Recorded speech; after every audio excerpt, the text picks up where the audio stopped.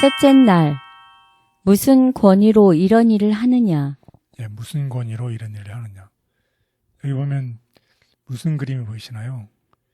이 예수님이 있고 이 종교 지도자들이 와서 예수님께 질문하는 거죠. 네. 무슨 권위로 이런 일을 하느냐.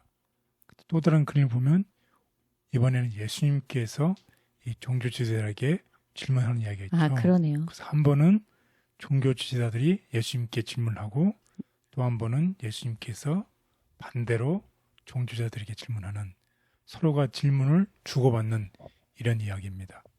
예루살렘에서 있었던 세 번째 날의 이야기입니다. 여러분이 다 아시겠지만 예수님께서 둘째 날에 성전을 어떻게 정결케 하셨어요. 그래서 성전들에서 상인들을 쫓아내셨을 때 모든 사람들이, 이 관련된 모든 사람들은 어떻게 다 도망갔었죠. 그래서 아무도 예수님을 책망할 어떻게 할 염두가 내지 못했어요.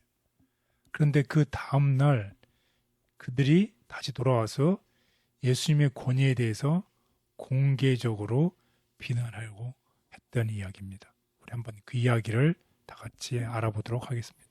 마가복음 11장 27절에서 33절. 그들이 다시 예루살렘에 들어가니라. 예수께서 성전에서 거니실 때에 대제사장들과 서기관들과 장로들이 나와 이르되 무슨 권위로 이런 일을 하느냐? 누가 이런 일을 할 권위를 주었느냐? 예수께서 이르시되 나도 한 말을 너희에게 물으리니 대답하라. 그리하면 나도 무슨 권위로 이런 일을 하는지에 이르리라. 요한의 침례가 하늘로부터냐 사람으로부터냐? 내게 대답하라.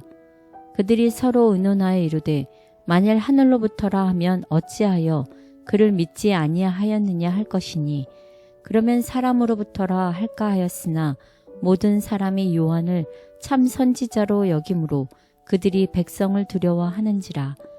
이에 예수께 대답하여 이르되 우리가 알지 못하노라 하니 예수께서 이르시되 나도 무슨 권위로 이런 일을 하는지 너희에게 이르지 아니하리라 하시니라. 예, 서로가 질문을 주고받았던 그런 이야기죠. 그래서 예수님의 권위에 대해서 공개적으로 이 지도자들이 비난하려고 했었는데, 하지만 예수님도 어떻게 하셨나요? 어떻게 질문해야 되는지를 알고 계셨던 거죠. 굉장히 스마트하게 질문을 그렇죠. 하신 것 같아요. 그래서 이제 공이 그들에게 넘어갔습니다. 네. 그들에게 침례 요한의 권위에 대해서 물어보는 거죠. 이게 사람에게서 나왔느냐 아니면 하나님에게서 나왔느냐. 이렇게 해서 그 어려운 공경을 이렇게 넘어갔던 이야기. 그 논쟁이 무승부로 끝나자 이제 예수님께서 또 다른 비유를 가지고서 말씀을 하신 이야기입니다. 이사야를 통해서 이스라엘이 포도원에 비유하면서 하나님께서 정의를 바라셨으나 보라 악행이 있었고 의로움의 길을 바라셨으나 보라 부르짐이 있었다고 말했던 이 포도원의 이야기로 그 질문을 이어가고 있습니다. 우리 다 같이 성경을 통해서 알아보도록 하겠습니다. 포도원과 주인, 농부에 관한 비유. 마가복음 12장 1절에서 12절.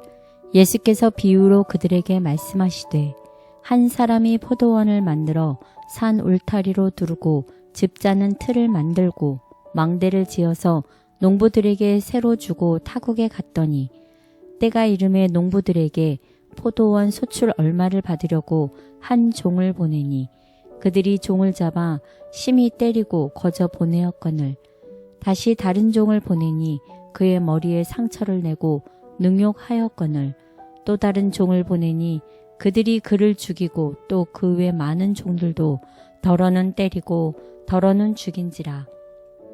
이제 한 사람이 남았으니 곧 그가 사랑하는 아들이라.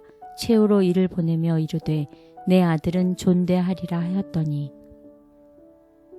그 농부들이 서로 말하되 이는 상속자니 자 죽이자.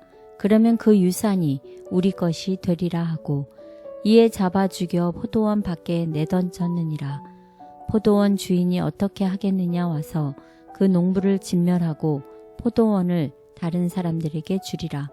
너희가 성경의 건축자들이 버린 돌이 모퉁이의 머릿돌이 되었나니 이것은 주로 말미암아 된 것이요 우리 눈에 놀랍도다 함을 읽어보지도 못하였느냐 하시니라. 그들이 예수의 이 비유가 자기들을 가리켜 말씀하심인 줄 알고 잡고자 하되 무리를 두려워하여 예수를 두고 가니라. 네, 예수님께서 이 포도원과 포도원 농부에 대한 비유를 통해서 이스라엘 지도자들에게 경고를 주셨죠. 그래서 여러분도 아시겠지만 이 이야기는 농부들이 밭의 수확물을 주인에게 주기를 거부하는 그런 이야기죠. 농부들은 주인이 보낸 종을 어떻게 학대하고 또 죽이는 이야기입니다. 마침내 그들이 존경할 것으로 기대하며 사랑하는 아들을 보내죠. 그런데 순종하지 않을 뿐만 아니라 기괴하게도 어떤 생각을 하나요? 아들을 죽이면 포도원이 자기들이 될 것이라고 생각하는 이 비논리적인, 이 충격적인 이들에게 내려질 심판의 이야기입니다. 그래서 예수님은 이 비유를 통해서 종주지자들에게 그들이 무엇을 행하고 있는지 엄습히 경고를 하셨어요. 이런 관점에서 예수님의 이 비유는 어떻게 사랑으로 주시는 사전 경고입니다. 그들이 이런 경고를 받았을 때 결정을 해야 되잖아요. 내가 받아들일 것인지 거부할 것인지. 그들이 마음을 돌이켜 선포된 심판을 피하기에 지금도 어떻게 늦지 않았어요. 만약 그들이 회개하고 변화하고 예수님을 받아들이면 늦지 않았지만 어떻게 거절하면 이미 어떻게 돌이킬 수 없는 것이 되죠. 그래서 무화과 나무의 비유가 우리가 보게 되었습니다. 그래서 이런 사람들에 대해서 오늘 우리에게 권면의 말씀을 하고 있습니다. 곤경에 빠진 제사장들. 제사장들은 어떤 궤번을 가지고도 벗어날 수 없는 곤경에 그들이 빠진 사실을 알았다. 만일 그들이 요한의 침례가 하늘에서 왔다고 말한다면 그들의 모순이 분명히 드러날 것이다.